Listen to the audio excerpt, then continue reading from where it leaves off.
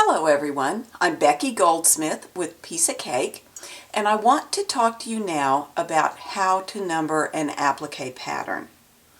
If you're familiar with the Piece of Cake patterns, you know that they come already marked with the numbers on them and the center lines. Now sometimes the blocks will have the perimeter marked and sometimes they don't. Honestly, that box to the outside is less important if you have the centers of the patterns marked. I've been told when I teach that there are a lot of applique patterns out there that come to you without numbers on them, and certainly without the center lines marked. It would look more like this, or even like this. First, what the numbers do on a pattern is tell you the stitching sequence. What piece goes down first, what piece goes down second, and so on. What the center lines do, the vertical and horizontal lines, those lines allow you to get the applique positioned on the block where it is intended to be positioned. Now, if you haven't seen the video I made about how to make and use a placement overlay, you probably would want to watch that as well. But what we tell you to do in all of our books and patterns is to take your background fabric and press it in half horizontally and vertically. Sometimes people will piece their backgrounds and you'll have a piecing line that is both centered horizontally and vertically. But if you don't have that, a pressed in grid in your background will correspond to the dashed center lines on your block. When you make your positioning overlay, you include those lines on the vinyl so that when you put the clear vinyl with the drawing of the pattern on it over your pressed in block, you can line up the center lines on both the fabric and on the overlay, allowing you to put your applique pieces where they go on the block. Okay, so if you have a pattern that has no numbers and no centering lines, what do? Where do you start? First, I would establish where the center of the block is, because I think it's easier to do that and then add the numbers than it is to go to the work to number the pattern and then perhaps have problems finding center. So on a block like this, I know that this block has a certain finished size. This block and all of the ones I'm going to use in this demonstration are from our book, The Best Ever Applique Sampler, which, as I record this video, is not quite on the shelves yet, but it will be coming out pretty soon in, say, the spring of 2013. All right, so the background to this block is 14 inches in the book. The tabletop here tells you where the base of the square that this block fits in is. So to get this block centered on a square, the easiest thing to do would be to draw the correct size square on a separate sheet of paper. And as long as you're doing that and you've got your ruler out, go ahead and measure and draw the lines that mark the horizontal and vertical center. Then what I would do is make a copy of this pattern and trim it so that it's like this, and then put it in position on your square.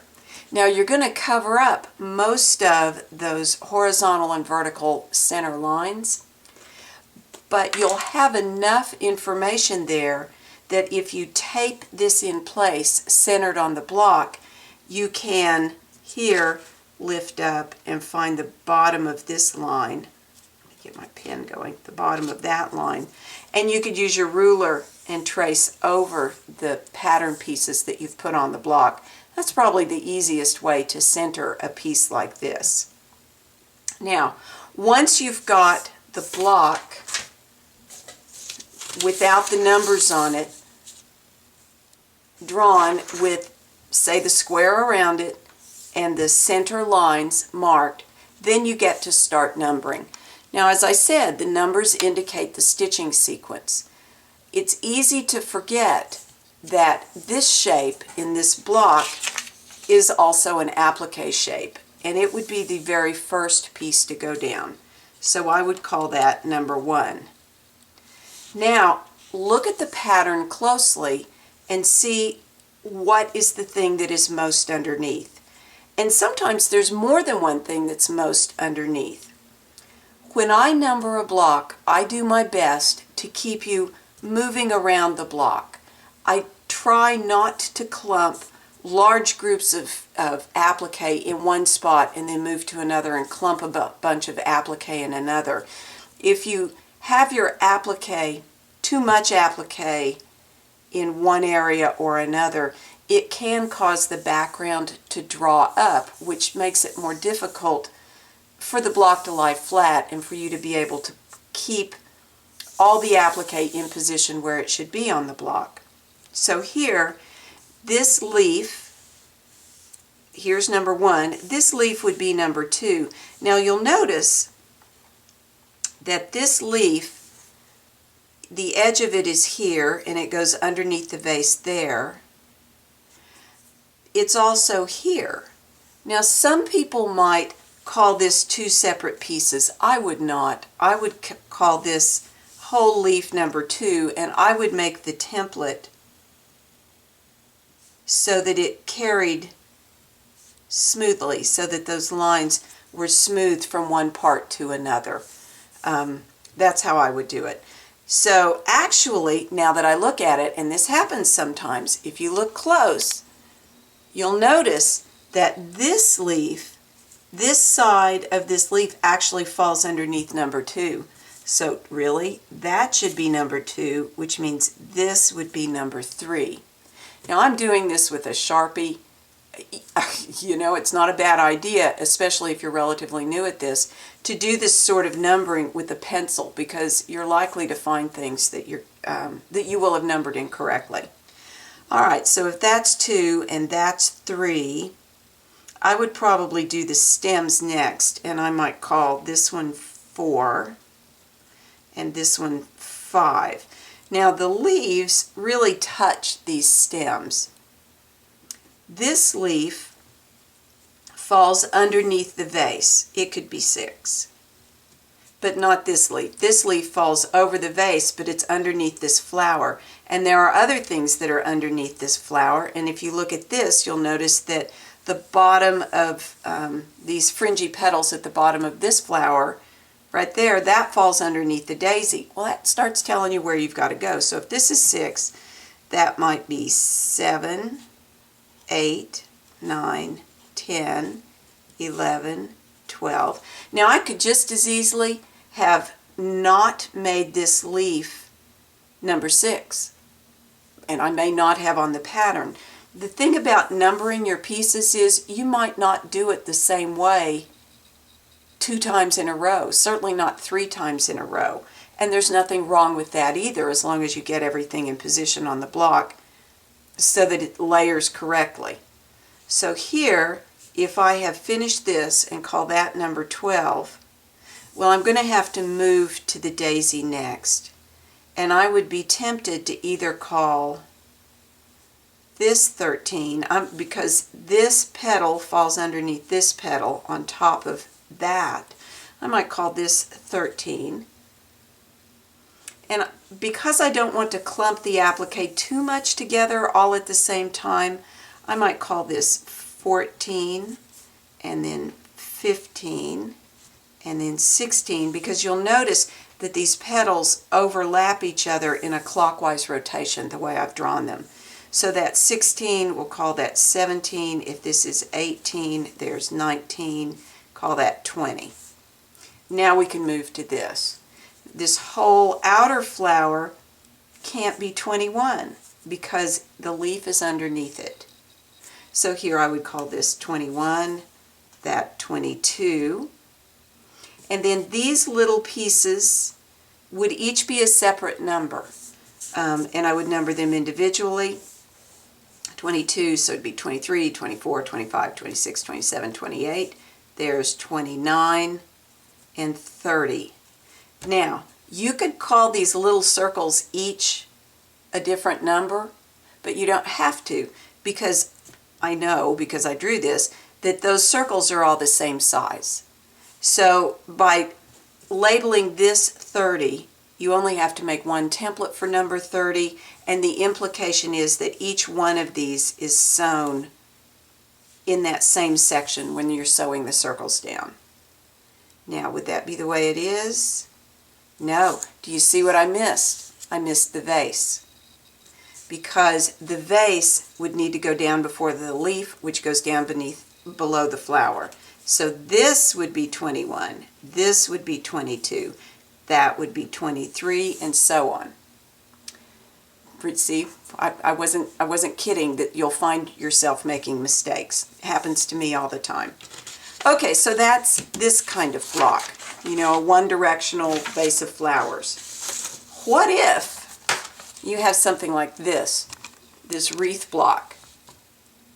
Now, this is a trickier one if you get just the wreath, to figure out how to fit it on your block, how to keep it centered.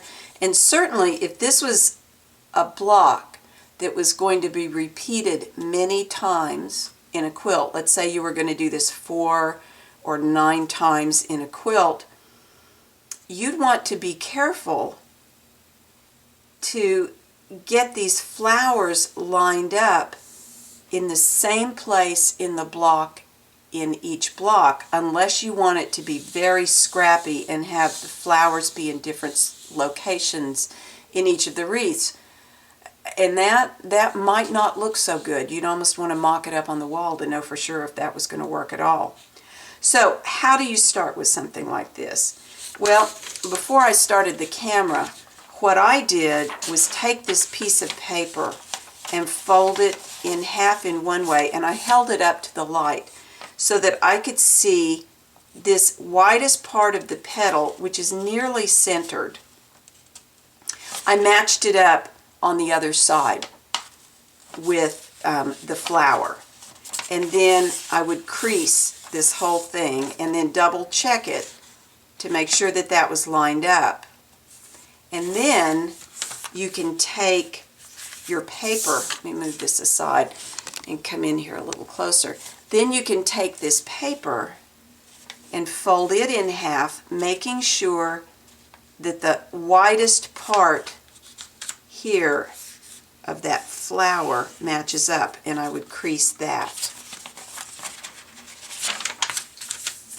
So there you've got center, and I checked it against the pattern that I have already drawn, that's already in the book, with where I have the center placement, and that, it was dead on with where center was. So sometimes it's pretty easy to find center. Now, if you didn't have this with the center already printed on it, once you've got this creased, you could either draw the center lines along the crease, or you could take that blank block. I wonder where I put that drawing of the blank block. It's right here. You could take the blank block and trim away the excess the excess paper around the outside edge of this. You might even trim away some of the center just to make sure that your center lines on the paper lined up with the center lines on the block, and then tape this in place to the block and then proceed along. Let me move that aside and this aside. So this would be where you are to number this. Now this is an interesting block, and it too is in the Best Ever Applique Sampler. This flower has 2 different ways you can sew it. You can choose to make it with individual petals. There's 5 petals on each flower. Or you can choose to do it with a one-piece scalloped flower to the outside. Now, you wouldn't want to do both in the same block, at least not the way I envisioned it. You'd want to do either the petals or the one piece of fabric. Then there are costs and benefits to each. This is easier to sew, but it takes you a little longer. This has more inner points, which makes it a little more difficult to sew, but it gives you a different kind of fabric choice that you might want to put here. You could use a big print very effectively here. On the petals, in addition to not having inner points to sew, you could sew this with stripes and get a really interesting look with a pattern coming out of this. Now, this is a block that is the same in each quadrant, except one quadrant has the scalloped flower leaf and one quadrant has the petal leaf. So you have to decide which of those you want to do. All right, so for now, let me number the one with the scalloped flower. All right, when you look at this, it's not the stem that goes down first, it's going to be the leaves. And I would probably do the leaf in the center first, and then I would do this one, and then I would do, oops, sorry, that's not 3, that's 4. Then the stem would be number 4. When you look at this flower, if you're doing the scallop first, the scallop would be number 5. Now, this piece right here, it would be 6, the way I envision it, 6 would be that large oval underneath. And on top of 6, there's 4 spokes that are appliqued on top of that. So that would be 6, say 7, 8, 9, 10, and then this would be 11. Now the way you sew this, it's done off the block. You'd start with a larger rectangle of the number 6 fabric, and you would trace, using your template, you'd trace the outside of that oval on that fabric. Then you would cut these little wedges out individually, use your overlay to position them on that piece of the number 6 fabric that hasn't been trimmed or sewn down yet. You would sew these to it and sew the number 11 in place at the base of those wedges, and then you trim away the excess fabric from around that flower center that you've assembled off the block, and you applique it in place on the flower. That is the easiest way to sew this, and if I'm not mistaken, I have either a PDF on how to do a this sort of thing. It's in a different pattern. I call it a wheel block, and you'll find the link either under the Aunt Millie's Garden pattern page or the would it be Lorna's Vine? Maybe, and maybe on the Lorna's Vine page. I've also got, I think, a link to that on the lessons page. If I don't have it now, I'll be sure I get it up. Okay, so back to this. That's how you number the one with the single scallop. Now what about this? The leaf would still be 1, this would be 2, this would be 3, the stem would be 4. But instead of being just 5 for each one of those petals, they would be individually numbered. So this would be 5, 6, 7, 8, 9. Notice that I keep you moving back and forth there. It's the way I like to work when I sew these. You would number this flower center in the same way I did on the other leaf, but the numbers would be different. And when you look at the pattern in the book, you'll notice that the numbers are different depending on which flower the flower center falls on top of. So the base oval would be 10, and then that 11, 12, 13, 14, 15, something like that. All right. So that is how you would number a block like this. It helps to know how you want to do the applique techniques when you're numbering. Okay, this is a slightly tougher quilt, or I'm sorry, pattern to find the center on.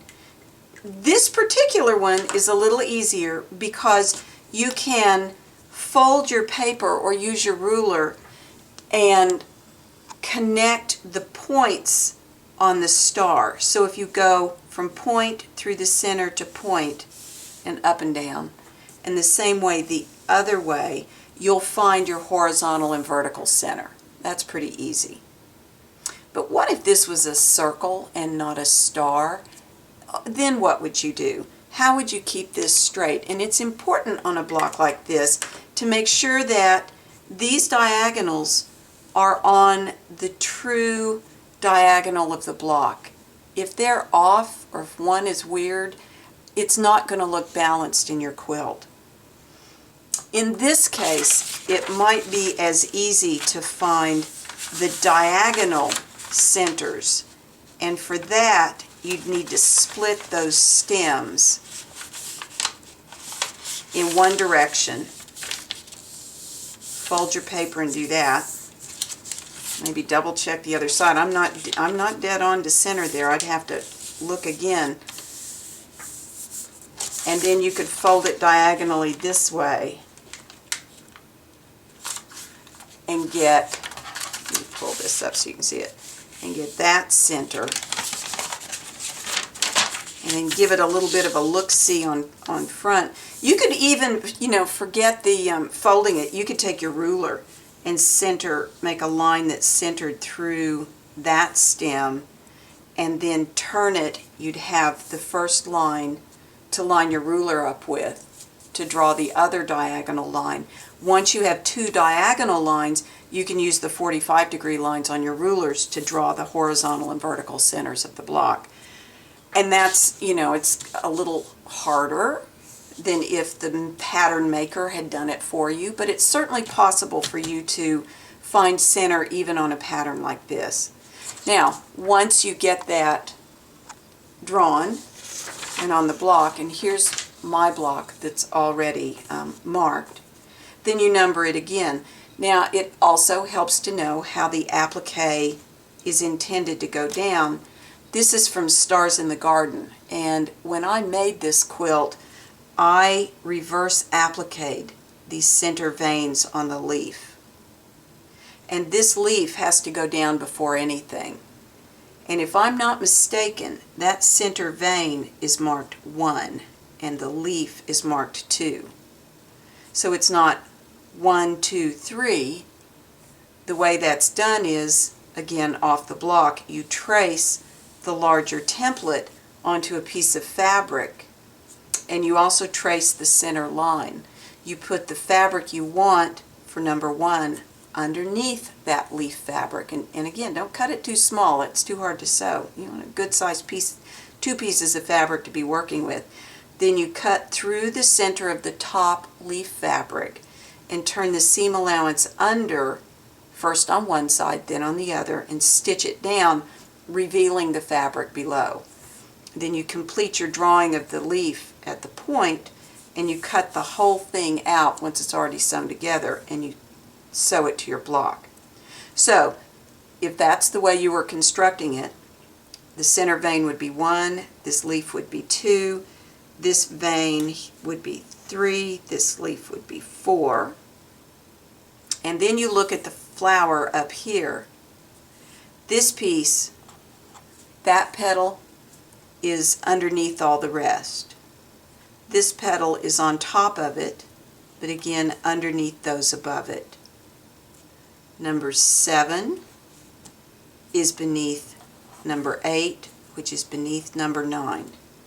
Now, if those are the only numbers you see on the block, and they would be in this case, it tells you that all the other quadrants are the same, and they would be, you don't need to make a template for the shapes in the other quadrants because they're the same, and you can use the same template more than once. You'd also want to make a template for the star, and each star point is the same as the other. So one star point would actually be number 10, and that's all you would need. Unless a good way to construct this, really, depending on how you're doing it, would be to have 4 squares that were bigger, sew them together in a 4-patch, And then if your template is the whole star, then you place that template on top of the pieced 4 patch, trace around the outside parts of the star, cut it out with your seam allowance, finger press it, position it on your block, and applique it in place. That would be a pretty simple way to do this piece. I can't remember if I did it the hard way or the simple way. One other thing about blocks like this. When you applique them, it's going to work better if you applique all of your number, in this case, number 1s and 2s, get them sewn to the block, and then all of your number 3, 4s and sew them to the block, and then all of the number 5s and all of the number 6s and so on. It's much better than sewing all of these shapes onto your block in one quadrant and then moving to the next. Again, because of the reason I said before, if you clump too much applique together on your block, it can distort the rest of the backgrounds, making it more difficult to put the other pieces exactly where they go on the block. So, I hope this has been helpful, and that when you run across a pattern that does not have its centers marked and or numbers, that you can deal with that with confidence. Happy stitching!